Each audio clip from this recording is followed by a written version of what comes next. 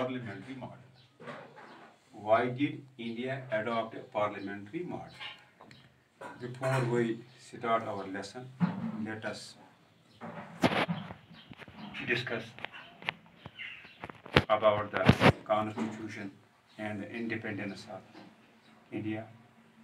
India was ruled by Britishers about 200 years. After a long struggle, India got its independence on 15 August 1947 and became a republic on 26th of January 1950. After that, the India has adopted a parliamentary model. Why did India adopt a parliamentary model? Why did not adopt India a presidential model?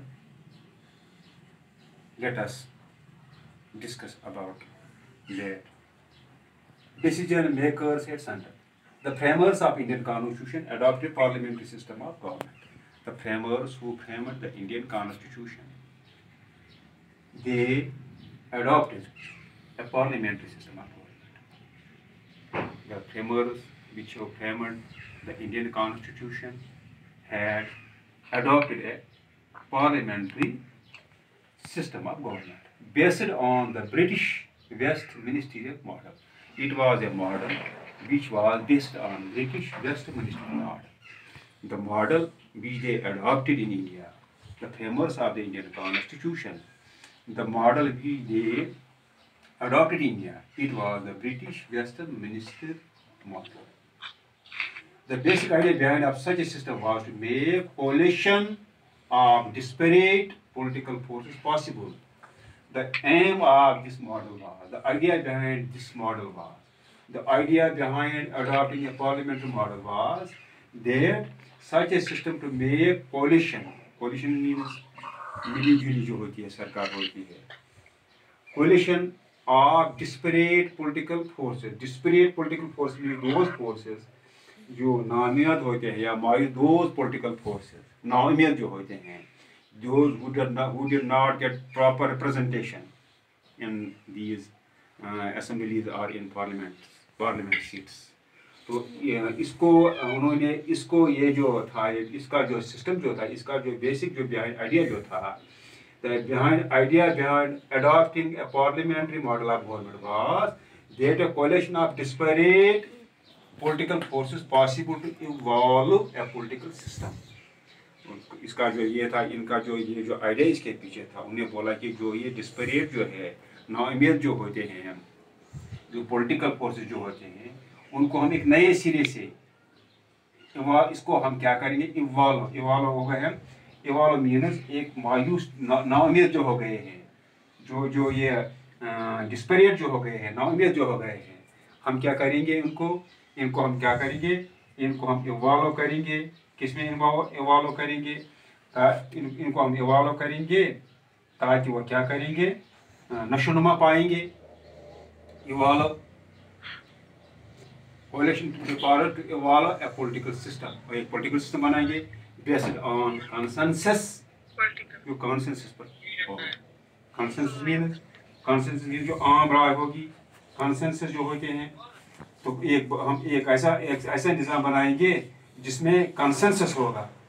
Consensus means हम आगे पैदा हो जाएगी इस system में. इसीलिए उन्होंने दे adopted parliamentary model. इसीलिए उन्हें पार्लियामेंट्री मॉडल जो था, इसी के पीछे एक जो आइडिया था. Suitable efforts have however been made to modify and improve British model to suit and apply especially to Indian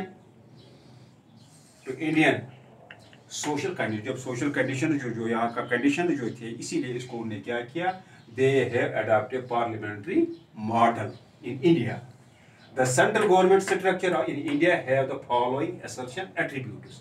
जो सेंट्रल गवर्नमेंट का जो स्ट्रक्चर है, ढांचा जो है जिसको बोल रहे हैं इंडिया में, उसके ये ज़रूरी क्या है, एट्रीब्यूट्स जो होते हैं, उसके एट्रीब्यूट्स हो गए वसत है. उसके वसत क्या है, सबसे पहले क्या है उसको, the head of the executive और स्टेट, जो हेड होता है किसी स्टेट का होता है या सेंटर में होता है, जो हेड होता है, the head of the state, the head of executive और स्टेट, जो हेड होता है एग्जीक्यूटिव होता है स्टेट का, इज द इंडियन प्रेसिडेंट, उसका जो स्टेट जो होती है, स्टेट जो इंडियन जो होती है, इसका जो हेड होता है वो प्रेसिडेंट होता है। The head of executive or state is the Indian president. Indian president जो होता है वो head of the state होता है, who is indirectly elected by an electoral college. वो उसकी जो होता है, जो उसका election जो होता है, उसका election जो होता है वो indirectly चुना जाता है। एक हो गया डायरेक्टली, डायरेक्टली मीन जब हम वोट डालते हैं, लेजिस्लेचर में हम वोट डालते हैं, असेंबलीज में हम वोट डालते हैं, पार्लियामेंट इलेक्शन में हम वोट डालते हैं, इसको बोलते हैं directly. We participate in the elections of parliament, we participate in the election of state legislature assemblies, जो elections होते हैं उसमें हम directly participation लेते हैं। Participation means we cast our vote in favor of the candidate who secures majority of voters, तो वो कामयाब करार दिया जाता है। लेकिन जो प्रेसिडेंट का जो इलेक्शन जो होता है, इट इज क्या होता है, इसका जो इलेक्शन जो होता है, ही इज इलेक्टेड इनडायरेक्टली, उसको इनडायरेक्टली हम इलेक्शन उसका होता है। इनडायरेक्टली मीन्स तो उसके लिए कौन कौन फिर वोटर्स डालते हैं, elected by N electoral college, एक इलेक्टोरल कॉलेज होता है जो इसके इंतखाब में, इसके इलेक्शन में हिस्सा लेता है। Consisting of members of parliament, उसमें क्या होता है, जो पार्लियामेंट जो मेंबर जो होते हैं, जो प्रेसिडेंट जो होता है, प्रेसिडेंट के इलेक्शन में क्या होता है, जो पार्लियामेंट मेंबर्स होते हैं वो एक हिस्सा लेते हैं।